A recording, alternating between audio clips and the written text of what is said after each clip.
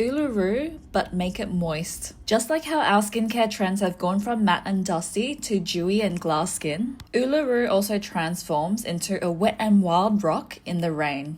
And you'll know it's coming because you'll hear the frogs that sound like sheep, and the clouds will hang around the top of the rock to give it that beautiful filtered vibe. And if you're lucky, you'll get to see the waterfalls that are harder to catch than Taylor Swift concert tickets. And if you want to know more, you can check out my YouTube channel to see what it's like to go to the middle of Australia.